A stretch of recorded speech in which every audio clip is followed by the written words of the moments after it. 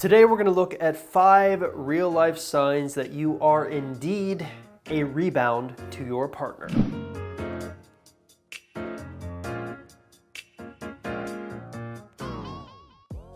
Lately I've been changing up the way I'm doing these videos. The last video that I actually did was talking about why actually letting go of an ex might be the key to getting them back. And today we're going to kind of flip the table on its head a little bit and talk about you if you're in a rebound relationship and how to find that out. You know, so often in my practice I'm helping people who have been broken up with and they feel that they are the rebound relationship. And when I deal with them, I'm actually telling them, actually, no, you weren't in a rebound relationship. So I think this video can be really important for those of you who are currently in a relationship but feel something's a little bit off with your partner, or those of you who are trying to win back an ex when you feel that you were in a rebound relationship.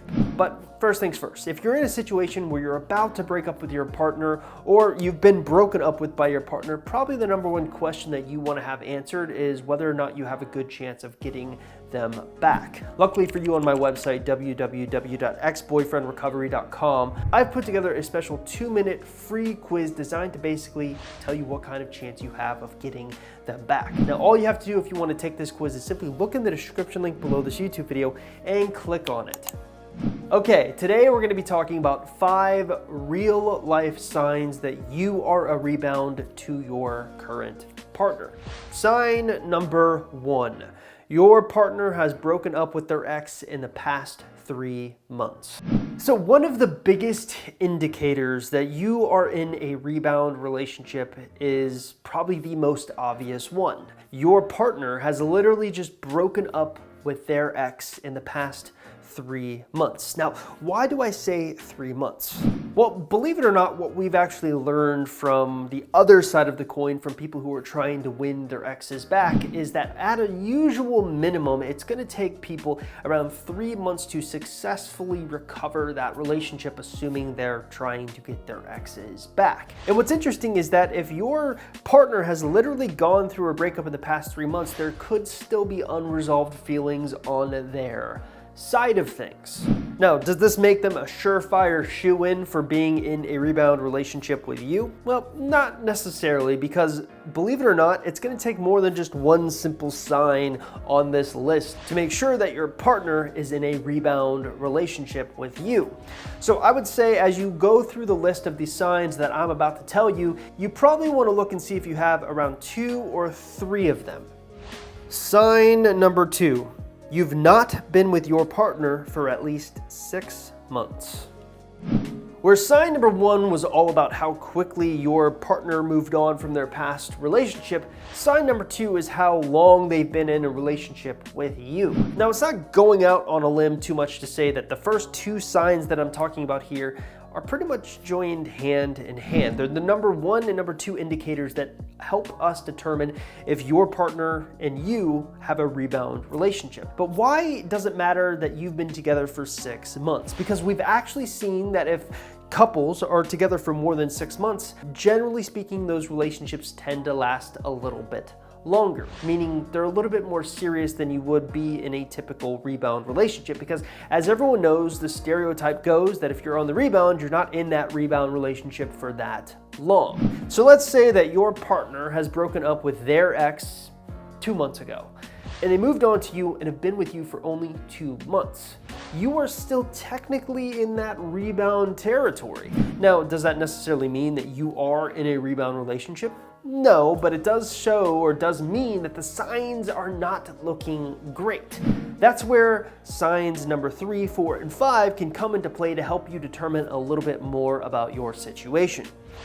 Sign number 3, your partner consistently talks with their ex.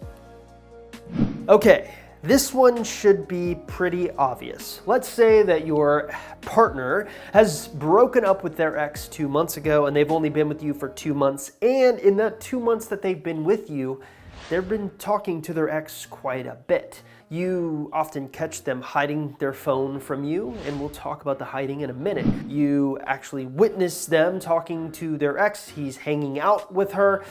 all of a sudden it's not looking so great. And this can actually spell unresolved feelings on their part. Flipping the coin, let's say you're approaching a situation where you're trying to get your ex back, but your ex has moved on to another woman.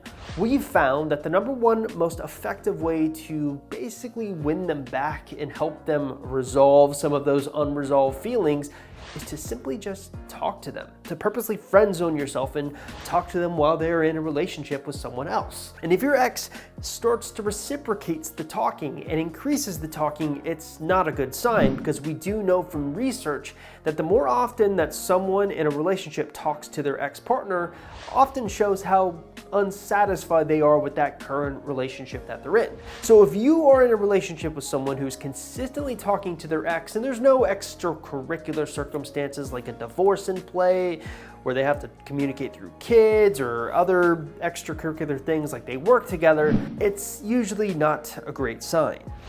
Sign number 4, your partner is hiding things from you, specifically about their past relationship. Now, everyone has a different theory on how to handle talking about your past relationships with your current partner. Some people swear by it and say, let's just get everything out on the table and start from a clean slate for both of us. Some people avoid it like the plague. Now, depending on where you are on the spectrum, what I've found generally happens is no matter what area you fall under, curiosity tends to kill the cat, and you get curious and ask your partner about their past relationship. Now, if you notice your partner starts hiding things about their past relationship, they hide the fact that they're talking to their ex currently, or they're making up facts that don't exist about their past relationship, it's not a good sign. I mean, why else would they have to hide anything? Maybe they don't want to embarrass you about maybe some sexual exploits they had in the past with that partner, but we're not really talking about things on that scale. What we're really looking at here is, are they hiding very basic information about their past relationship? One thing we do know about people who lie a lot is they use a lot of third-person pronouns.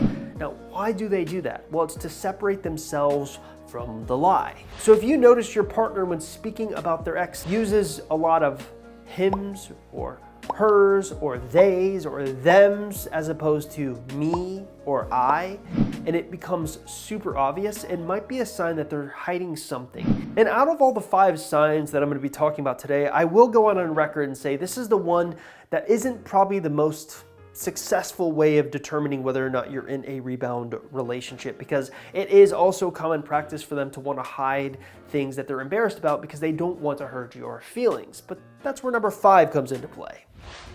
Sign number 5, your partner only talks to you when they are lonely, not when they are happy. So rebound relationships in general are all about not you, but them. They come into a relationship to basically use it to distract themselves from the pain of the past breakup.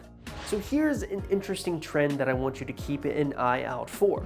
If your partner is only talking to you when they are lonely, or they're going through some emotional hardship, but not when they are happy, you get the cold shoulder, or maybe you even get some sort of neutral or one-word response anytime they are in a good mood, it is not a good sign. You see, in relationship, there is a certain give and take. We are allowed to have bad days, but every single time that we have a bad day and we're going to that other person for emotional support and ignoring them when they help our emotional support, it's not a great sign. The other thing I would say to look out for here is if you provide emotional support to your partner and then all of a sudden it's sort of like, well, I got what I came for, and they're out of the door, not a great sign.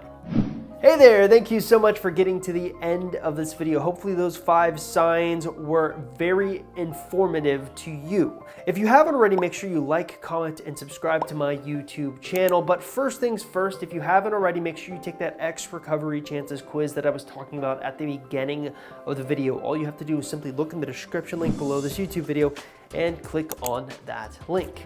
Oh, and one last thing, if you haven't already, make sure you leave a comment and tell me how I'm doing in these videos.